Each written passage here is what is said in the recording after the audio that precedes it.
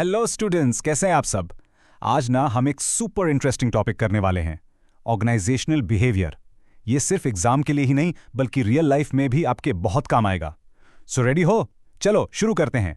तो इस टॉपिक को समझने के लिए ना पहले एक पजल सॉल्व करते हैं। चलो मेरे साथ इमेजिन करो एक टिपिकल सा ऑफिस सीन। ठीक है, सोचो एक ही ऑफिस बिल्डिंग है, सब लोग वही काम कर रहे हैं और उनकी जो सैलरी है ना वो भी फॉर द सेम रोल लगभग सेम है, कोई ज्यादा फर्क नहीं।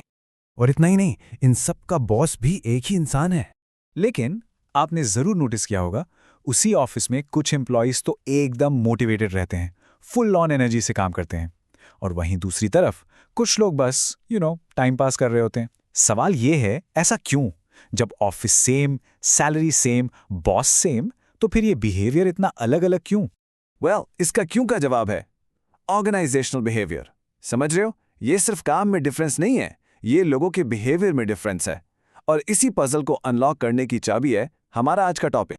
तो चलो अब इसको ठीक से समझते हैं। आखिर ये ऑर्गेनाइजेशनल बिहेवियर है क्या चीज? देखो, बिल्कुल सिंपल टर्म्स में अगर समझे ना तो ऑर्गेनाइजेशनल बिहेवियर का मतलब है the study of how individuals and groups behave inside an organisation. इसका मतलब क्या हुआ? मतलब लोग ऑफिस के अंदर यानी एक कंपनी के अंदर अकेले और ग्रुप्स में कैसे बिहेव करते हैं, कैसे रिएक्ट करते हैं, एक दूसरे से कैसे बात करते हैं और काम कैसे पूरा करते हैं। इस पूरी चीज़ की स्टडी को ही हम शॉर्ट में ओबी कहते हैं। और पता है इंटरेस्टिंग बात क्या है? ओबी ना किसी एक चीज़ को नहीं देखता, हम इसको 3 अलग अलग लेवल्स पे स्टडी करते हैं।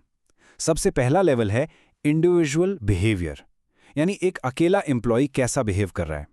फिर आता है दूसरा लेवल, ग्रुप बिहेवियर, कि जब वही लोग टीम्स में काम करते हैं तब उनका बिहेवियर कैसे बदल जाता है।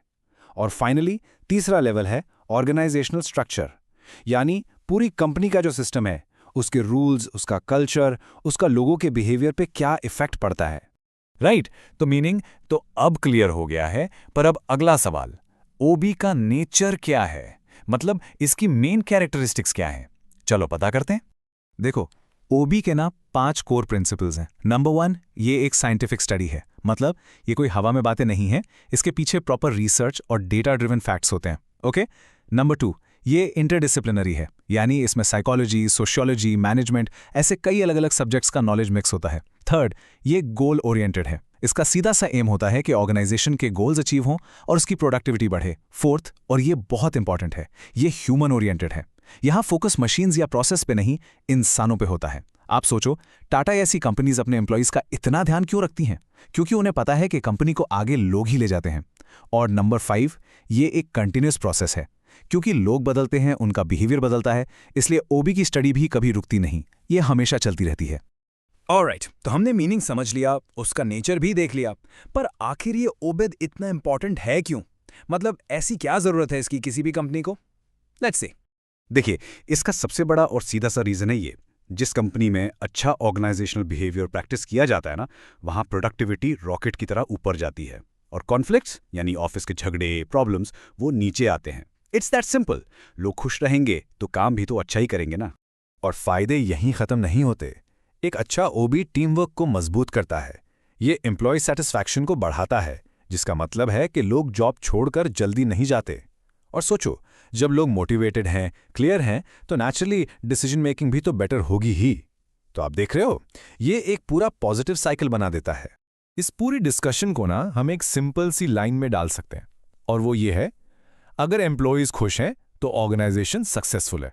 बस ये एक लाइन ऑर्गेनाइजेशनल बिहेवियर की पूरी फिलॉसफी है, इसको हमेशा याद रखना। ओके, चलो फटाफट एक एग्जाम फोकस्ड रिकैप कर लेते हैं। रेडी? स्क्रीन पे ध्यान दो और इसका स्क्रीनशॉट ले लेना, बहुत काम आएगा। तो यहां देखो, सब कुछ एक ही जगह पर है। कॉन्सेप्ट क्या है? बिल्कुल, study of human behaviour in organisations. इसके नेचर के 5 पॉइंट्स क्या थे? Scientific study, interdisciplinary, goal oriented, human oriented और कंटिन्यूअस प्रोसेस। और इसकी इंपॉर्टेंस के 5 पॉइंट्स, ये प्रोडक्टिविटी इंप्रूव करता है, कॉन्फ्लिक्ट्स रिड्यूस करता है, टीम वर्क बिल्ड करता है, सैटिस्फैक्शन इंक्रीज करता है और डिसीजन मेकिंग को बेटर बनाता है। एकदम परफेक्ट रिवीजन स्लाइड है ये। तो आज के लिए इतना ही, लेकिन जाने से पहले एक सवाल मैं आपके लिए छोड़ रहा हूं। अब जब आप ओबी के बारे में इतना कुछ जान गए हो, तो सोचो आप अपने स्कूल प्रोजेक्ट्स में या अपनी स्पोर्ट्स टीम में इन्हीं प्रिंसिपल्स को कैसे यूज कर सकते हो। इस पर जरूर सोचना, चलो मिलते हैं नेक्स्ट एक्सप्लेनर में।